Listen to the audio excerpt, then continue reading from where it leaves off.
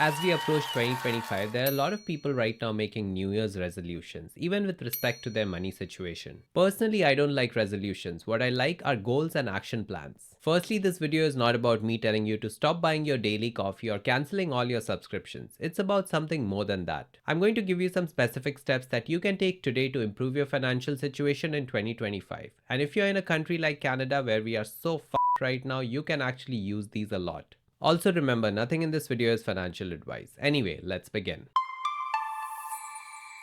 Let's start with a very basic one, that is you should perform a subscription audit. Recently I found out that I was subscribed to a phone plan that was actually way more than the ones that are available today. I was just visiting my account and I realized that I could be saving $15 to $20 a month and even get a better plan. I immediately did that, and it was only because I was going through all my subscriptions to see what exactly I'm paying for. What I would say is that you should pull up the last 3 months of your bank and credit card statements to identify all recurring charges and memberships.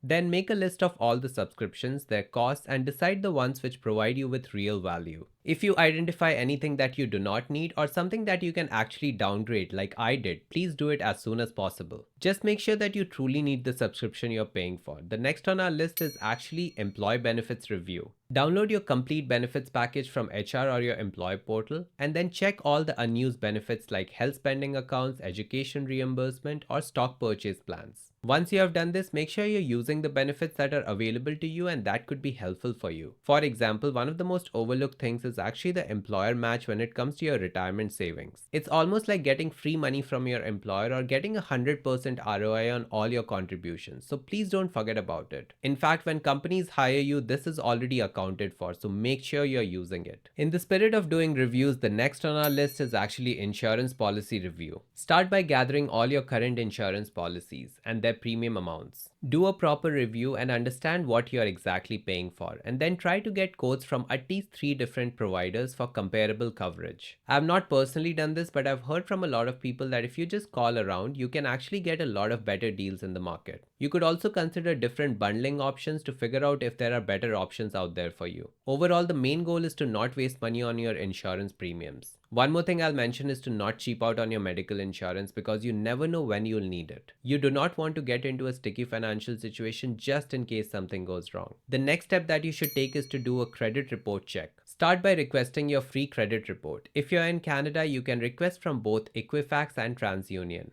Then review for errors, unfamiliar amounts, or incorrect information. Finally, document any discrepancies and file disputes if necessary. This one is quite simple. Understand why your credit score is what it is. Understanding how credit scores are broken down is also quite important. Here's a quick split of how credit scores are calculated in Canada. Make a note of this if necessary. Also, one more thing that you should understand is how to use your credit cards properly to make sure that it impacts your credit score positively and not negatively. The next step that we want to take is actually to do an emergency fund review and refresh. If you handle your finances properly, you should already have an emergency fund. In case you don't, this is a good time to start setting it up. Here's a quick cheat sheet to understand how much you really need in your emergency fund. The basics are simple. Calculate your monthly essential expenses. Check if your current emergency fund covers 3 to 6 months of these expenses. And make sure to move your funds to a higher yield savings account if they are sitting in a low interest account. Generally, I would say that you should strive to increase the amount in your emergency fund to also keep up with inflation in the market.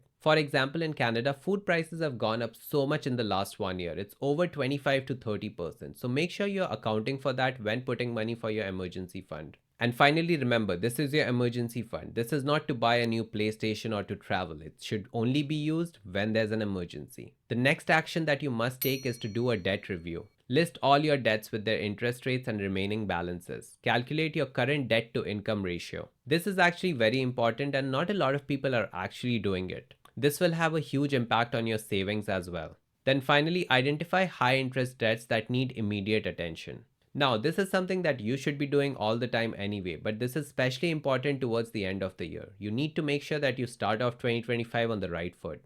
Also, if you're still sitting on credit card debt in this economy, make sure that you try to kill it off as soon as possible. Start paying it off before you start spending more money on things that you don't really need. I can understand that this is not very realistic for a lot of people out there, but please try to work towards it slowly. The next three things that we want to talk about are related to our investments and are very, very important towards the end of the year. To kick this off, let's start by talking about tax loss harvesting. Now, this might be a little confusing or uncomfortable for some people because we are talking about taking losses on our investments, but it's very important towards the end of the year. This can actually help us reduce the taxes we are going to pay in 2025. Start by reviewing your investment statements for positions currently at a loss.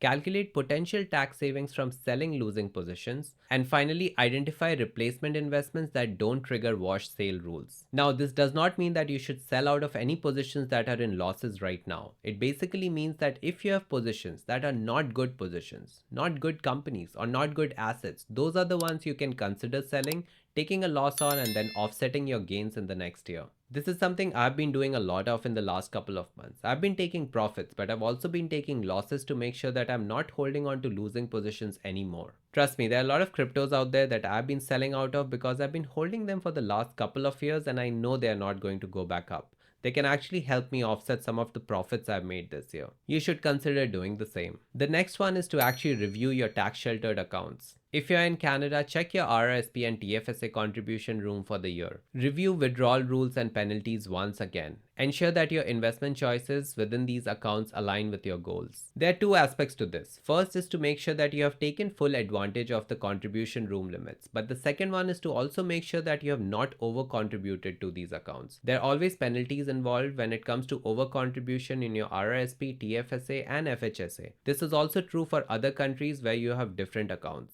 Just make sure that you're fully utilizing your tax sheltered accounts and also not incurring any penalties. You should also consider moving some of the positions if they are not the best for these accounts, something we'll look at in the next one that is called portfolio rebalancing. The main goal of this is to compare current asset allocation against your target percentages. Then calculate how much you need to buy or sell to return to target allocation. And finally, review if your current asset allocation still matches your risk tolerance. So this one is straightforward in the sense that you have to ensure that you have a good portfolio. It should not be very skewed when it comes to your risk reward. One more thing that we mentioned is that you don't want to be holding the wrong assets in your tax sheltered accounts. For example, some foreign assets are actually taxed differently in these accounts, so make sure that you're holding the right ones. I've dedicated videos to this topic before, so please feel free to check it out. For me, what I'm doing is I'm reducing the risk I've taken on in the market because things are getting quite overheated right now. Recently, I made a video about how my Palantir position is up over 450% and I've been slowly selling out of it. It is actually still doing really well and I'm up over 550%, but I still want to sell out of it as much as possible just to rebalance my portfolio, and you should do something similar. The last thing that I want to tell you to do is to actually do an overall financial review, something that I recently spoke about in a video. I even provided a template to do this and something that I believe that everybody should do. Basically, to reiterate, try to perform a full financial review using my template or a similar one. Once you have done this, try to understand what you have done well and what you haven't done well over the last year. Once you have done all of this, you can actually go on to setting some goals for yourself. If you don't want to use the template, try to use something simple. For example, you could quickly write down your top 3 financial goals for 2025, break down each goal into monthly or quarterly milestones, and create specific action items with deadlines for each goal. Now, this is a very simple thing that you could do. However, I do recommend using a template and noting down every single thing that you believe is important for your financial goals. Again, feel free to check out that video if you really want to understand how you can go about it. There you have it, 10 powerful steps that you can take today to improve your financial situation in 2025 and make sure that you start off on the right foot. Remember, you don't have to do all of these all at the same time. Pick one or two, the ones you like, and start with those and slowly work through the list. I'll see you next week in a new video. Till then, keep learning and stay on top of your finances. Until next time.